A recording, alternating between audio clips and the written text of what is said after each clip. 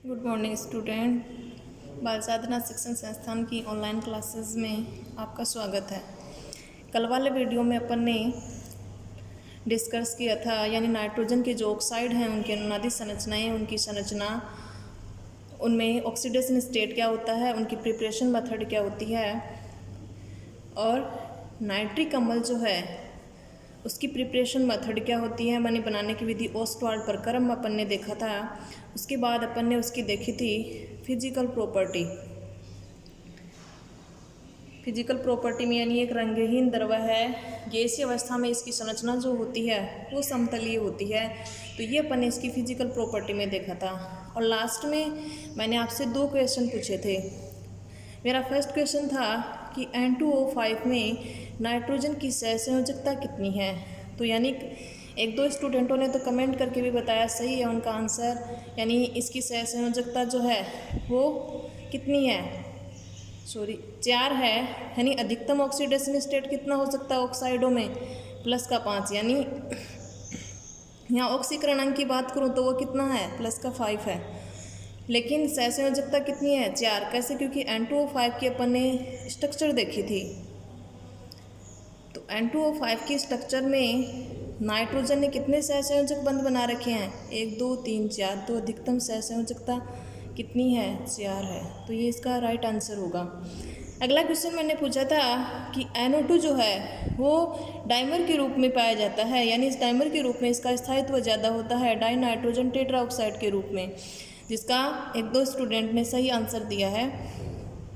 यानी कहने को मतलब अपन ऐसे कह सकते हैं कि NO2 जो है उसके पास बंध बनाने के पश्चात नाइट्रोजन के पास क्या रह जाता है, एक अयुग्मित इलेक्ट्रॉन रह जाता है, या ऐसे कहूँ कि इसके पास इलेक्ट्रॉन की संख्या संयोजी कोष में क्या पाई जाती है, विषम पाई जाती है, जिस कारण ये अस्थायी होता है।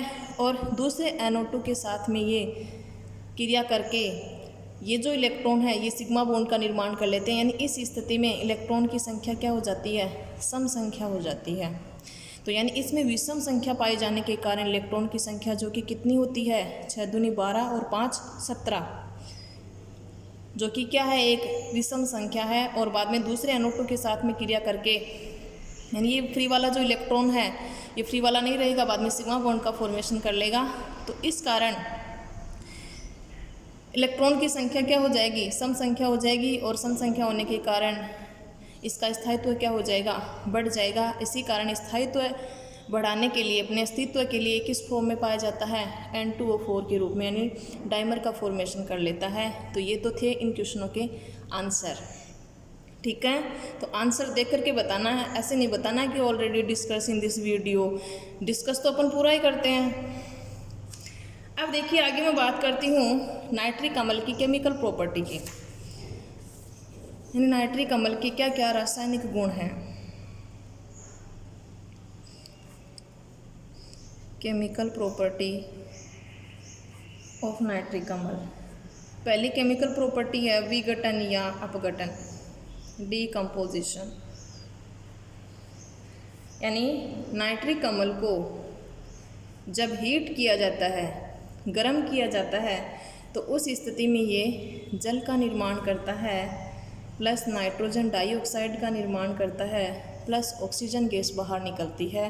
तो यानी क्वेश्चन यदि पूछा जाए क्या होता है जब नाइट्रिक अम्ल को का तापीय अपघटन किया जाता है या विघटन किया जाता है, तो उस स्थिति में किसका निर्माण होता है, नाइट्रोजन डाइऑक्साइड का निर्माण होता है, जल का निर्माण होता है, और ऑक्सीजन गैस बाहर निकलती है।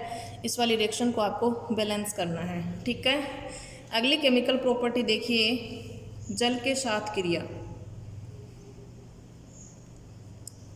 यानी नाइट्रिक अम्ल जो है उसको यदि जल में घोला जाए या जल में डिजोल्व किया जाए तो ये किसका फॉर्मेशन कर लेता है, हाइड्रोनियम आयन और नाइट्रेट आयन का फॉर्मेशन कर लेता है।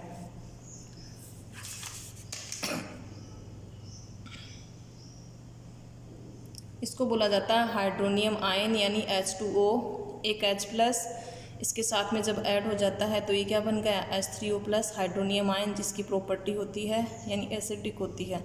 एसिड H+ आयन की अधिकता है, और किसका फॉर्मेशन करता है, नाइट्रेट का फॉर्मेशन करता है। अब मैं अगली प्रॉपर्टी की बात करती हूँ अगली केमिकल प्रॉपर्टी है ऑक्सीकारक गुण।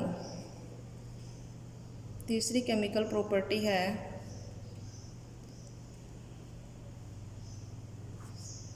ऑक्सीकारक गुण। ऑक्सीकारक गुण का मतलब पहले अपन को पता होना चाहिए ऑक्सीडेशन क्या होता है और रिडक्शन क्या होता है। यानी ऑक्सीकरण की प्रक्रिया में यानी 3-4 डेफिनेशन आपको बताई थी। धन विद्युतीय तत्व का हटना या हाइड्रोजन का हटना, ऑक्सीजन का जुड़ना क्या कहलाता है, ऑक्सीकरण कहलाता है। रिडक्शन में यानी इलेक्ट्रॉन ग्रहण किए जाते हैं इलेक्ट्रॉन के आधार पर यदि दें। हाइड्रोजन का जुड़ना, ऑक्सीजन का हटना क्या कहलाता है, अपचयन कहलाता है। ऑक्सीकरण करने वाले पदार्थ क्या कहलाते हैं, अपचय कहलाते हैं। और अपचयन करने वाले पदार्थ क्या कहलाते हैं, ऑक्सीकारक कहलाते हैं। ठीक है, तो ऑक्सीकारक गुण यानी किस में पाया जाता है, नाइट्रिक अम्ल जो है वो HNO3 जो है एक बहुत प्रबल ऑक्सीकारक है, प्रबल ऑक्सीकारक है। क्वेश्चन यहाँ से पूछा जा सकता है क्या कारण है कि नाइट्रिक अम्ल एक प्रबल ऑक्सीकारक होता है। तो नाइट्रिक अम्ल डाइल्यूट भी होता है यानी तनु भी होता है और कंसंट्रेट भी होता है, सांद्र भी होता है। और दोनों ही रूपों में, चाहे वो डाइल्यूट रूप है चाहे इसका कंसंट्रेट रूप है, सांद्र रूप है, तो दोनों ही रूपों में ये किसका फॉर्मेशन करता है, नवजात ऑक्सीजन का फॉर्मेशन करता है। यानी ऑक्सीजन मुक्त करता है, ऑक्सीजन दे देता है। और ऑक्सीजन दे दिए जाने के कारण इसका क्या होता है, अपचयन होता है। यानी ऑक्सीजन का जुड़ना ऑक्सीकरण है और ऑक्सीजन का हटना क्या है, अपचयन है। और अपचयन करने वाले पदार्थ क्या कहलाते हैं, ऑक्सीकारक कहलाते हैं। इस कारण इसमें किसका गुण पाया जाता है, प्रबल ऑक्सीकारक का गुण पाया जाता है। यानी नाइट्रिक अम्ल चाहे तो वो कंसंट्रेट है चाहे वो डाइल्यूट है,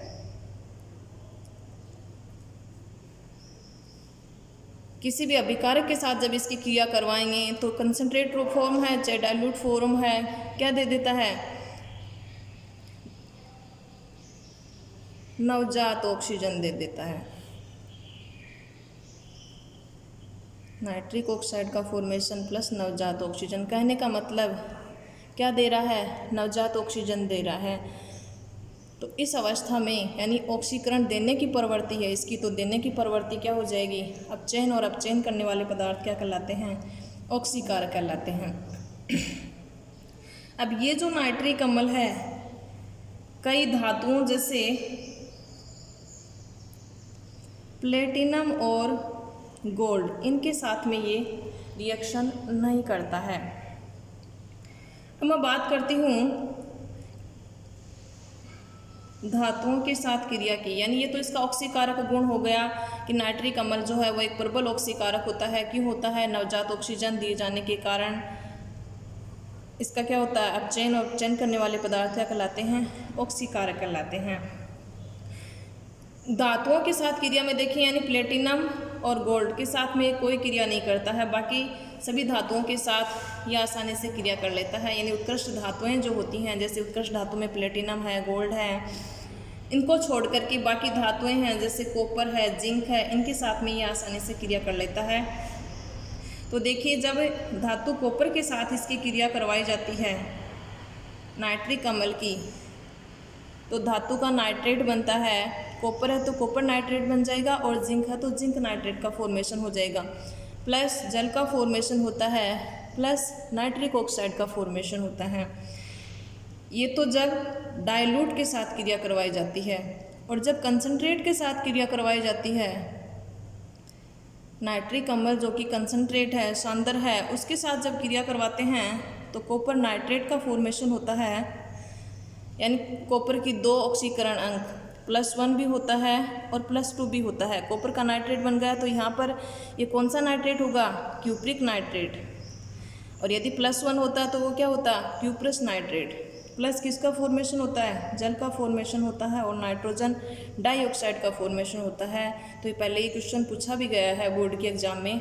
यानी जब धातु कॉपर की क्रिया तनु नाइट्रिक अम्ल या पूछा जाएगा सांद्र नाइट्रिक अम्ल, ध्यान आपको यही रखना है। यानी केवल इसका ध्यान रखना है। जब डाइल्यूट के साथ क्रिया करेगा तो यानी नाइट्रिक एसिड का नाइट्रिक ऑक्साइड का फॉर्मेशन होगा, NO का फॉर्मेशन होगा।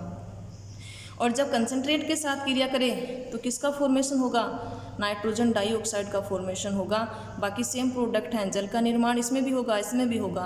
कॉपर का नाइट्रेट बनेगा, इसमें भी कॉपर का नाइट्रेट बनेगा, वही क्यूप्रिक नाइट्रेट यहाँ बनेगा, वही क्यूप्रिक नाइट्रेट यहाँ बनेगा, क्यूप्रिक नाइट्रेट यहाँ बनेगा, यहाँ भी क्यूप्रिक नाइट्रेट बनेगा। लेकिन आपको ध्यान रखना है डाइल्यूट के साथ क्रिया करे तो NO बनाना है और कंसनट्रेट के साथ क्रिया करे तो NO2 बनाना है। ये क्वेश्चन पूछा हुआ पहले। अब मैं बात करती हूँ यानी जिंक के साथ, यानी जिंक धातु के साथ जब डाइल्यूट और कंसनट्रेट की क्रिया करवाई जाती है तो किसका फॉर्मेशन होता है। इन अभिक्रियाओं को आपको बैलेंस भी करना है। जिंक धातु जो है उसकी क्रिया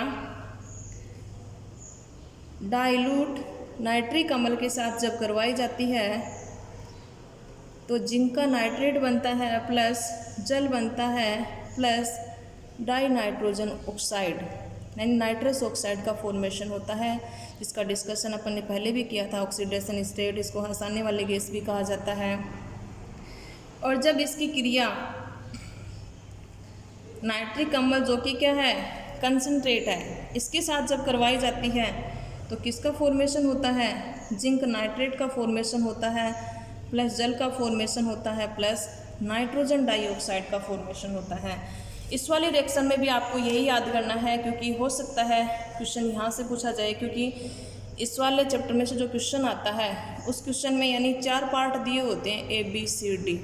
तो हो सकता है कोई ओरिजिन वाला क्वेश्चन, कोई रिएक्शन पूछ ली जाए कि क्या होता है जब धातु जिंक की क्रिया तनु HNO3 के साथ करवाई जाती है, तनु नाइट्रिक अम्ल के साथ करवाई जाती है या कंसनट्रेट नाइट्रिक अम्ल के साथ करवाई जाती है, तो मेन प्रोडक्ट जो है वो आपको याद करना है। यानी किसमें नाइट्रस ऑक्साइड बनेगा और किसमें नाइट्रोजन डाइऑक्साइड बनेगा।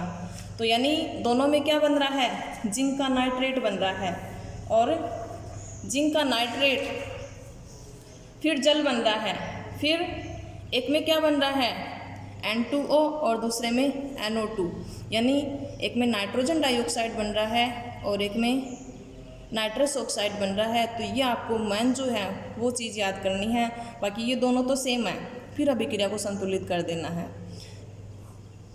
अब देखिए कुछ धातुएं हैं जैसे क्रोमियम है, एल्यूमिनियम है, इनके साथ में कंसनट्रेट HNO3 जो है वो क्रिया नहीं करता है, यानी डिजोल्व नहीं होता है। क्यों नहीं होता है, क्योंकि इन धातुओं की सतह पर पहले से ऑक्साइड की परत चढ़ी हुई होती है। यानी ये वायुमंडल में ये धातुएं जब उपस्थित हैं तो ऑक्सीजन के साथ में क्रिया कर लेती हैं, तो यानी क्रोमियम का ऑक्साइड और एल्यूमिनियम का ऑक्साइड का निर्माण कर लेती हैं, न कि प्योर रूप में होती हैं। तो इनके ऊपर ऑक्साइड की परत पहले से चढ़ी हुई होने के कारण ये सांदन नाइट्रिक अम्ल जो है उसके साथ में अक्रिय होती हैं, अर्थात क्रिया नहीं करती हैं। तो क्वेश्चन पूछा जा सकता है कि क्रोमियम और एल्यूमिनियम जो है क्या कारण है कि नाइट्रिक अम्ल के साथ क्रिया नहीं करती हैं। कारण हो जाएगा इनके ऊपर ऑक्साइड की परत पहले से चढ़ी हुई होने के कारण ये अक्रिय हो जाती हैं। ठीक है, अगली मैं केमिकल प्रॉपर्टी की बात करती हूँ। ये तो हो गई धातुओं के साथ रिएक्शन, कॉपर के साथ रिएक्शन और जिंक के साथ रिएक्शन, दोनों ही इंपॉर्टेंट है। ध्यान आपको यही रखना है डाइल्यूट के साथ बाकी प्रोडक्ट सेम है, ये नाइट्रोजन का ऑक्साइड कौन सा बनेगा ये आपको ध्यान में रखना है। ठीक है, अब देखिए अगली जो केमिकल प्रॉपर्टी है वो है अधातुओं के साथ क्रिया।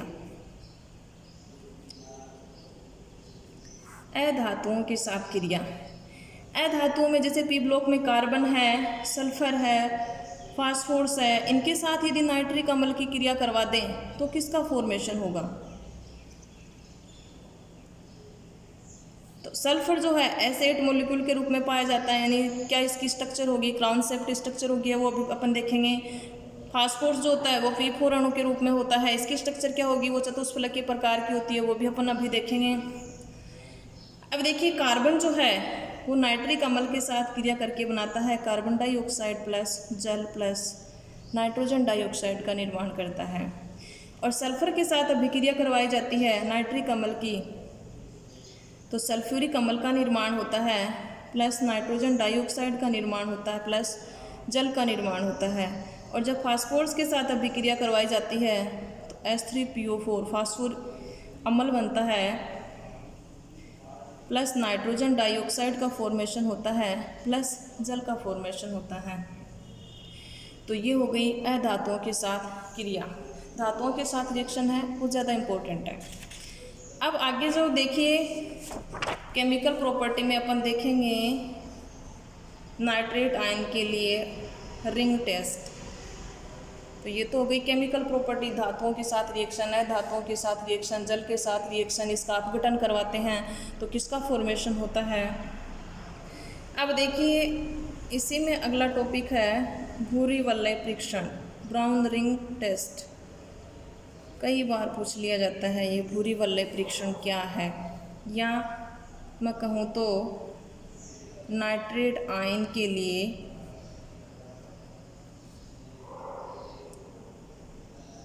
रिंग परीक्षण।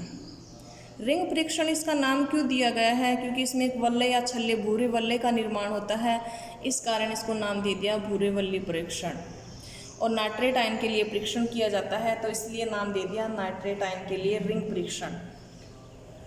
देखिए इसमें क्या होता है, एक लवण में नाइट्रेट की उपस्थिति,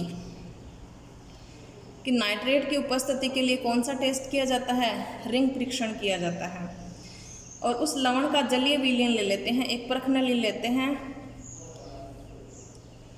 उस परख नली में वो जो साल्ट दिया हुआ है उसका जलीय विलयन ले लेते हैं, जलीय विलयन। अब इस परख नली में इस साल्ट का जलीय विलयन ले लिया, यानी नाइट्रेट इसमें उपस्थित है या नहीं है।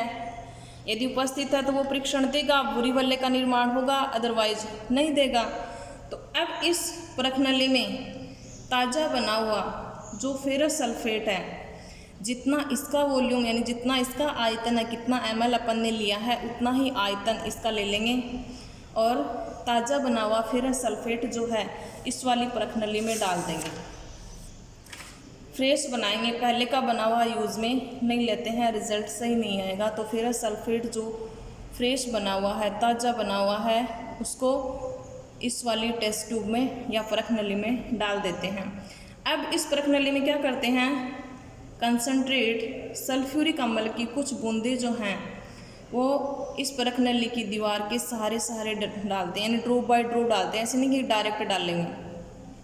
इस परख नली की दीवार के सारे डालते हैं। फिर इस परख नली को अपन हिलाएंगे नहीं, क्योंकि हिलाएंगे तब तो उसमें कोई रिंग नहीं बनेगी। तो बिना हिलाए इसमें अपन क्या देखते हैं कि अपन जो इसमें सल्फ्यूरिक एसिड डालते हैं तो उस दौरान क्या होता है, एक गहरे भूरे रंग का छल्ला बन जाता है। जो ताज़ा बना हुआ फेरस सल्फेट और ये जो साल्ट का जलीय विलयन है, दोनों द्रव्य जहाँ पर मिलते हैं उनके बीच में बन जाता है। एक की तेलीय परत होती है, एक की क्या होती है, जलीय परत होती है, और वहाँ पर क्या बन जाती है, एक रिंग बन जाती है। और यह टेस्ट यानी रिंग जब बनती है, इस रिंग का कलर जो होता है वो होता है ब्राउन, इसलिए इस परीक्षण को नाम दे दिया गया भूरी वलय परीक्षण। और ये रिंग जब बनती है तो उसमें नाइट्रेट क्या है, प्रेजेंट है, तो नाइट्रेट आयन के लिए ये परीक्षण कहलाता है रिंग परीक्षण। यानी एक टेस्ट ट्यूब या परख नली लेते हैं, उस परख नली में उस साल्ट का जलीय विलयन ले लेते हैं जिसका परीक्षण करना है, फिर उसमें ताज़ा बना हुआ जो फेरस सल्फेट है उतनी ही मात्रा में समान आयतन में डाल देते हैं। फिर उसके पश्चात सांद्र सल्फ्यूरिक अम्ल की बूंदें जो हैं इस टेस्ट ट्यूब की दीवार के सारे डालते हैं। तो कुछ समय पश्चात क्या होता है, इस परख नली में एक गहरे भूरे रंग का छल्ला बन जाता है जो दोनों द्रवों के मिलने के स्थान पर बनता है। यानी एक तेलीय परत होती है और दूसरी जलीय परत होती है, तो वहाँ एक रिंग का फॉर्मेशन हो जाता है। ये परीक्षण कहलाता है भूरी वलय परीक्षण कहलाता है। अब इस दौरान कौन कौन सी रिएक्शन होती हैं, यानी साल्ट जिसमें कि नाइट्रेट उपस्थित है वो अपन ने लिया है, फेरस सल्फेट ताज़ा बना हुआ जो फेरस सल्फेट है, यानी आयरन 2 ऑक्सीकरण अवस्थाओं में पाया जाता है, +2 में भी पाया जाता है और +3 में भी पाया जाता है। ये होता है फेरस और ये होता है फेरिक। फेरस सल्फेट, तो किस फॉर्म में फेरस सल्फेट में? आयरन Fe+2 अवस्था में। और कंसनट्रेट H2SO4, उससे कौन से आयन प्राप्त हुए हैं? H+ ion. ये आपस में क्रिया करते हैं और क्रिया करके किसका फॉर्मेशन करते हैं? नाइट्रिक ऑक्साइड का फॉर्मेशन करते हैं। और इस दौरान आयरन का क्या होता है? ऑक्सीकरण होता है, यानी इलेक्ट्रॉन दिए जाते हैं। तो इलेक्ट्रॉन दिए जाने के कारण यानी इसमें से +2 चार्ज से क्या हो रहा है? +3 चार्ज में जा रहा है। तो इलेक्ट्रॉन दिए गए हैं, न कि इसके द्वारा ग्रहण किए गए, यानी पॉजिटिव चार्ज में वृद्धि हो रही है। तो इसका क्या होता है? ऑक्सीकरण होता है। यानी क्वेश्चन आपसे ये भी पूछा जा सकता है, भूरी वलय परीक्षण में आयरन का ऑक्सीकरण होता है या अपचयन होता है। तो इस दौरान इसका क्या होता है? ऑक्सीकरण होता है प्लस जल का निर्माण होता है।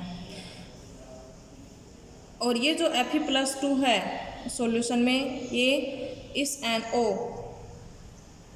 नाइट्रोजन मोनोऑक्साइड या नाइट्रिक ऑक्साइड और जल के अणुओं के साथ, 6 जल के अणुओं के साथ में क्रिया करके क्या बना लेता है?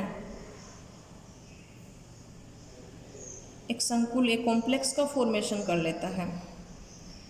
और ये कॉम्प्लेक्स ही क्या है? भूरी वलय है। नाम लिखना इसका सिखाएंगे कोऑर्डिनेशन कंपाउंड वाले चैप्टर में। वैसे इसका नाम 2 लिगेंड है, इसमें H2O लिगेंड के रूप में इसका नाम होता है एक्वा और इसका होता है नाइट्रोसिल। तो यानी एक्वा में अल्फ़ाबेट, पहले अल्फ़ाबेट में जो पहले आता है उसका नाम पहले लिखा जाएगा। इसकी संख्या 5 है तो इसका नाम क्या हो जाएगा? पेंटा एक्वा, यानी 5 जल के अणु हैं। फिर क्या है? नाइट्रोसिल 1 है तो नाइट्रोसिल ये क्या है? आयरन यानी लोहा। कौन सी ऑक्सीडेशन स्टेट में? रोमन संख्या में लिख देंगे, फिर लिख देंगे आयन। तो ये लिखना आपको सिखाएंगे 9 वाले चैप्टर में। तो ये हो जाएगा इसका नाम, जो कि भूरी वलय का परीक्षण देगा, प्लस H2O का निर्माण होगा। तो ये वाली रिएक्शन जो है वो भूरी वलय परीक्षण में आपको लिखनी है। यानी नाइट्रेट आयन जो कि साल्ट में प्रेजेंट है फेरस सल्फेट के Fe+2 के साथ और कंसनट्रेट सल्फ्यूरिक अम्ल जो है उसके H+ के साथ रिएक्शन करके किसका फॉर्मेशन करते हैं? नाइट्रिक ऑक्साइड या नाइट्रोजन मोनोऑक्साइड का फॉर्मेशन करते हैं, जो कि फिर जल के अणु और ये आपस में इस फेरस के साथ में क्रिया करके कॉम्प्लेक्स का फॉर्मेशन करते हैं। और इस कॉम्प्लेक्स का नाम होता है penta aqua nitrosyl iron second ion. ठीक है, तो ये हो गया भूरी वलय परीक्षण जो कि इम्पोर्टेंट है। अब मैं बात करती हूँ नाइट्रिक अम्ल के यूजेज की, यानी नाइट्रिक अम्ल का उपयोग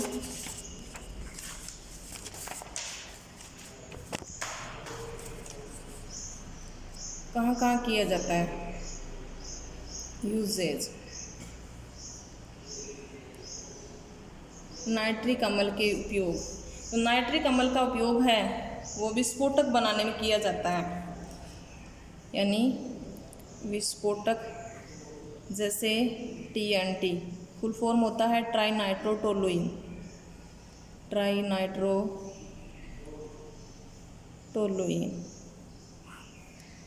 पिक्रिक एसिड,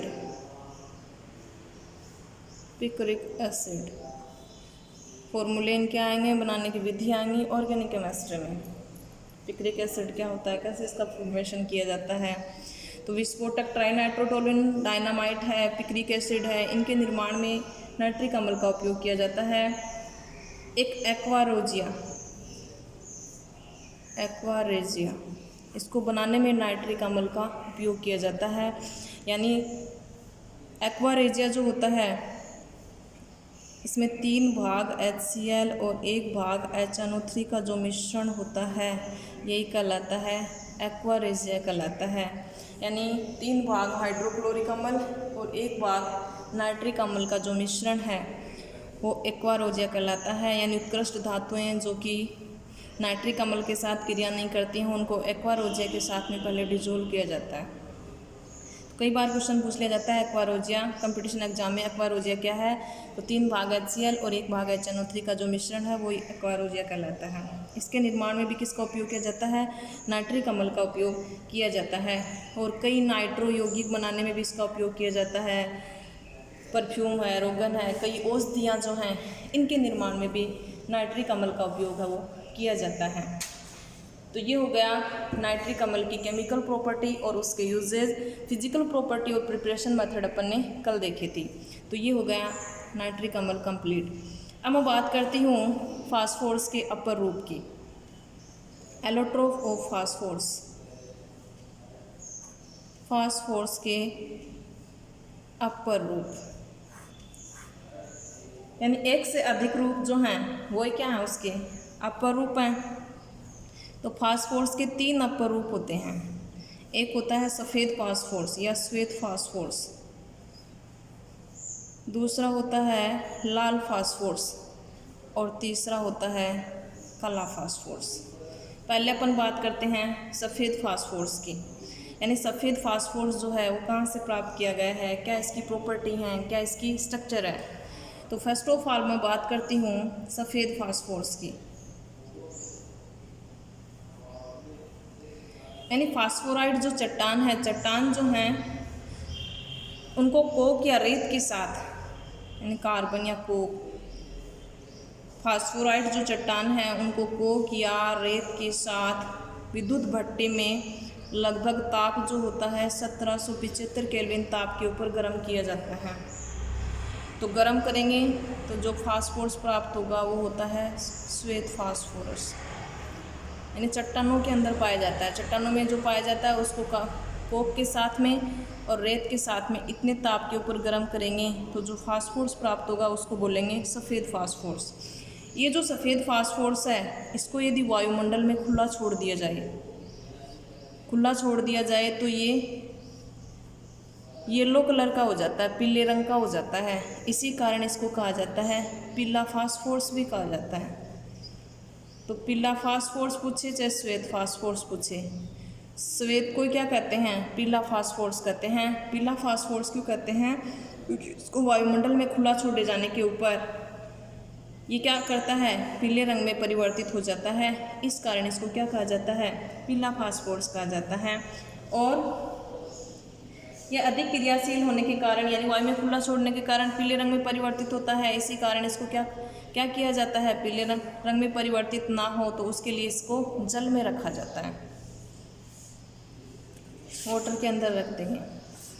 अब मैं बात करती हूँ ये सफ़ेद फास्फोरस जो है वो P4 अणु के रूप में पाया जाता है। और P4 अणु के रूप में इसकी संरचना जो होती है वो होती है टेट्राहाइड्रल, यानी चतुष्फलकीय संरचना होती है,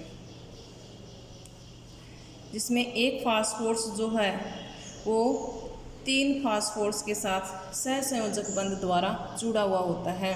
यानी सफ़ेद फास्फोरस किस रूप में पाया जाता है? P4 अणु के रूप में पाया जाता है। संरचना किस प्रकार की होती है? चतुष्फलकीय प्रकार की। कैसे होती है? इसमें एक फास्फोरस 3 फास्फोरस के साथ सहसंयोजक बॉन्ड के द्वारा जुड़ा हुआ होता है। ये होती है P4 अणु की संरचना या सफ़ेद फास्फोरस की संरचना। इसमें एक फास्फोरस 3 के साथ, यानी ये इसके साथ जुड़ा हुआ, इसके साथ जुड़ा हुआ, इसके साथ, चाहिए ये ले लीजिए, ये फास्फोरस इसके साथ जुड़ा हुआ, इसके साथ जुड़ा हुआ है और इसके साथ जुड़ा हुआ। एक फास्फोरस 3 फास्फोरस के साथ जुड़ा हुआ होता है चतुष्फलकीय संरचना के रूप में। खुला छोड़ेंगे तो पीले फास्फोरस में परिवर्तित हो जाएगा, यानी पीले रंग का हो जाता है। ये स्ट्रक्चर की बात हो जाएगी। कैसे प्राप्त करते हैं? चट्टानों से प्राप्त जो फास्फोराइट है उसको कोक या रेत के साथ गर्म कर लेंगे विद्युत भट्टी में, तो क्या प्राप्त हो जाएगा? सफ़ेद फास्फोरस प्राप्त हो जाएगा। अब इसमें एंगल की यदि बात करूं कि ये जो फास्फोरस, एक फास्फोरस 3 फास्फोरस के साथ जुड़ा हुआ है, तो इस दौरान यहाँ पर बॉन्ड एंगल का मान कितना होता है? तो वो 60 डिग्री होता है। चाहे यहाँ का ले लीजिए, कितना होता है? 60 डिग्री होता है।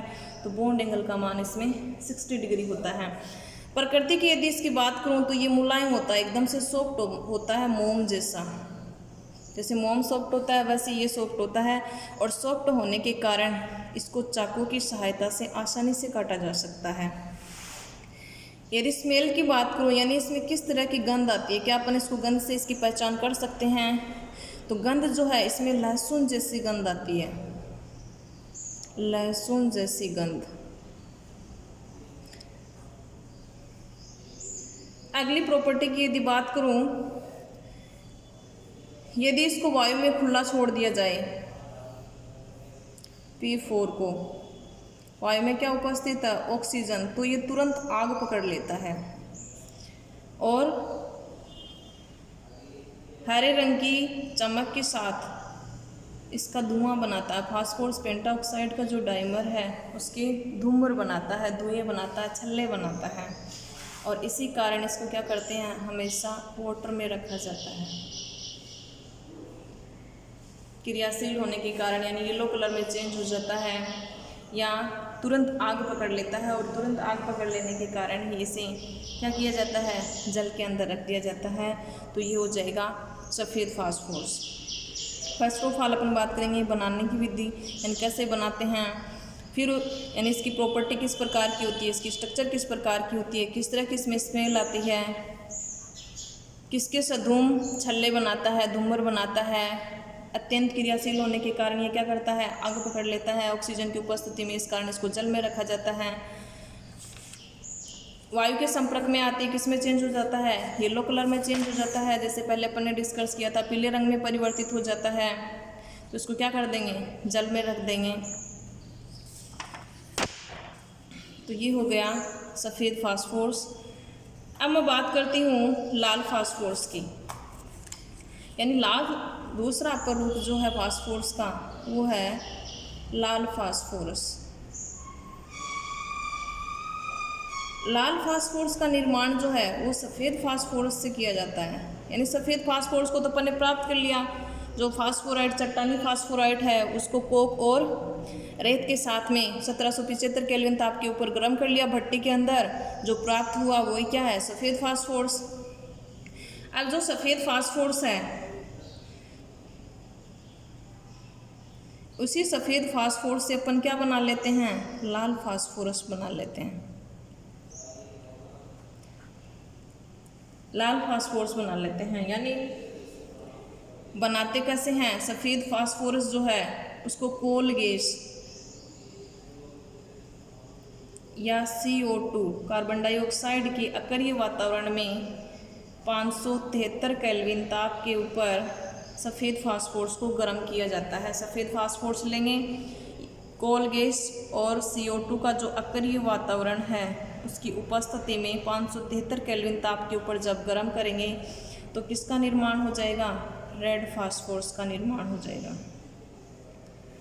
अब सफ़ेद फास्फोरस की तरह लाल फास्फोरस की आकृति भी वही चतुष्फलकीय होती है, लेकिन लाल फास्फोरस जो है उसमें कई चतुष्फलकीय इकाइयाँ आपस में जुड़ जाती हैं, यानी ये बहुलकीकृत होता है, पॉलीमराइज्ड होता है।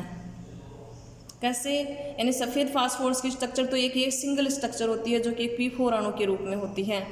लाल फास्फोरस में क्या होता है, कई P4 की इकाइयाँ जो हैं वो आपस में जुड़ जाती हैं। तो कई सारी इकाइयाँ जुड़ेंगी तो एक इकाई तो मोनोमर होती है, और बहुत सारी इकाइयाँ जुड़ जाएंगी तो वो किसका फॉर्मेशन करेंगी, पॉलीमर का निर्माण करेंगी।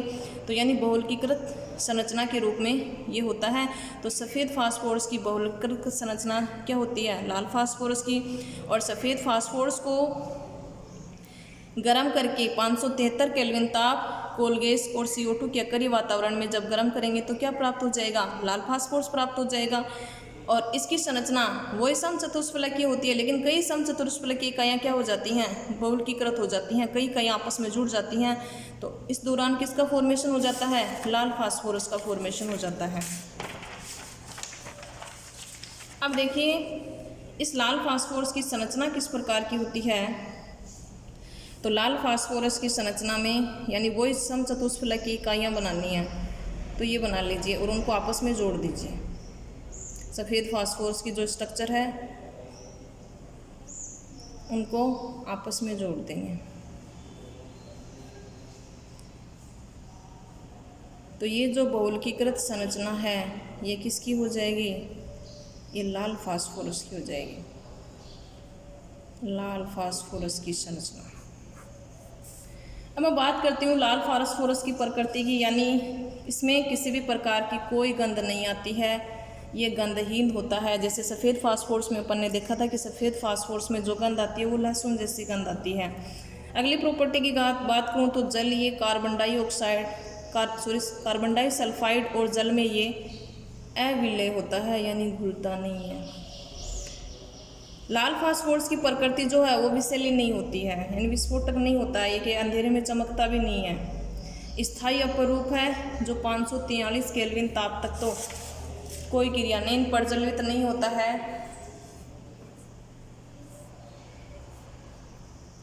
अब मैं बात करती हूँ फास्फोरस का तीसरा अपरूप जो कि है ब्लैक फास्फोरस, काला फास्फोरस।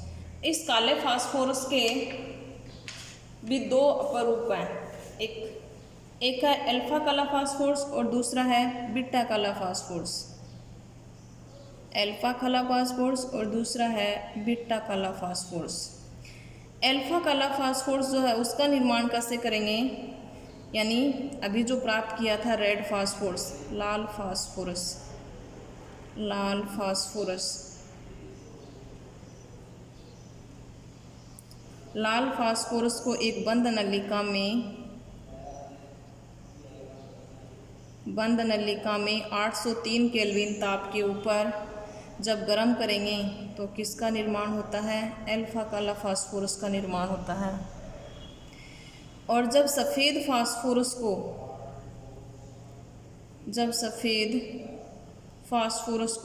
473 केल्विन ताप के ऊपर लगभग 4000 से 12000 एटमॉस्फेयर टेम्परेचर, तो ये हो गया 473 केल्विन, इतने दाब के ऊपर इतना एटमॉस्फेयर प्रेशर लगाएंगे 4000 से 12000 एटमॉस्फेयर का, तो ये बीटा काले फास्फोरस का निर्माण करेगा।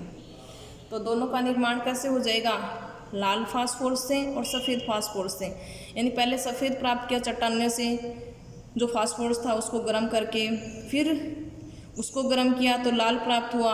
अब लाल और सफ़ेद से क्या प्राप्त कर लेंगे, ब्लैक प्राप्त कर लेंगे, क्योंकि ब्लैक के दो रूप हैं, अल्फा और बीटा। अल्फा जो रूप है वो रेड फास्फोरस से प्राप्त होता है और बीटा जो है वो किससे प्राप्त होता है, सफ़ेद से प्राप्त होता है। तो रेड फास्फोरस को इतने ताप के ऊपर बंद नलिका में गर्म करेंगे, अल्फा काला फास्फोरस प्राप्त हो जाएगा, और इतने ताप के ऊपर इतने ताप पर गर्म करेंगे तो बीटा काले फास्फोरस का निर्माण हो जाएगा। अब मैं बात करती हूँ, यानी अल्फा जो काला फास्फोरस है ये भी वायु में ऑक्सीकृत नहीं होता है, इसके क्रिस्टल जो होते हैं वो अपारदर्शी होते हैं। अब मैं बात करती हूँ स्ट्रक्चर की। काला फास्फोरस जो है उसकी संरचना किस प्रकार की होती है। संरचना की यदि बात करूँ तो काला फास्फोरस जो है उसकी संरचना द्विपरतीय क्रिस्टल जालक के रूप में होती है, यानी कई इकाइयाँ द्विपरत के रूप में एक क्रिस्टल का फॉर्मेशन कर लेती हैं, जिसमें फास्फोरस के मध्य का बॉन्ड एंगल का मान होता है 99 डिग्री होता है। अब देखिए इसकी स्ट्रक्चर किस प्रकार की होती है। काले फास्फोरस की किस तरह से द्विपरतीय क्रिस्टलीय संरचना का फॉर्मेशन होता है। तो यानी एक फास्फोरस, इस तरह से फास्फोरस जुड़े हुए होते हैं।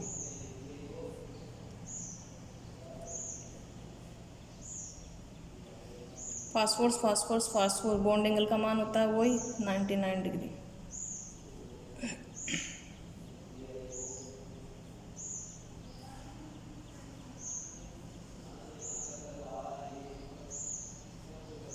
ये होती है काले फास्फोरस की, यानी कितनी भी इकाइयाँ ऐसे जोड़ दीजिए। द्विपरतीय संरचना होती है, क्रिस्टल के रूप में होती है, क्रिस्टल जालक के रूप में एक जाल का सा फॉर्मेशन कर लेते हैं। ये संरचना होती है काले फास्फोरस की।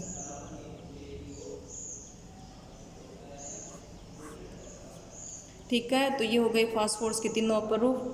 अल्फा बीटा तो हो गई काले फास्फोरस के, और एक सफ़ेद फास्फोरस और एक हो गया लाल फास्फोरस हो गया। काले फास्फोरस के 2 हो गए, अल्फा और बीटा। अब आज का मेरा क्वेश्चन आपसे है कि सफ़ेद फास्फोरस और लाल फास्फोरस में आपको अंतर बताना है कि सफ़ेद फास्फोरस को लाल फास्फोरस से कैसे अलग करेंगे, या सफ़ेद फास्फोरस और लाल फास्फोरस में क्या अंतर है। तो इसका आंसर आपको कमेंट बॉक्स में लिख करके बताना है। ऐसा नहीं कि ऑलरेडी डिस्कसिंग टॉपिक लाल फास्फोरस तो भी बता दिया और सफ़ेद फास्फोरस भी बता दिया, जो बता दिया उसी में उसका आंसर है। ऐसे नहीं करना है, आपको इनमें डिफरेंस देखना है और अपनी कॉपी में नोट्सों में भी लिखना है कि सफ़ेद फास्फोरस और लाल फास्फोरस में क्या अंतर होता है। आज के वीडियो में इतना ही। Thank you.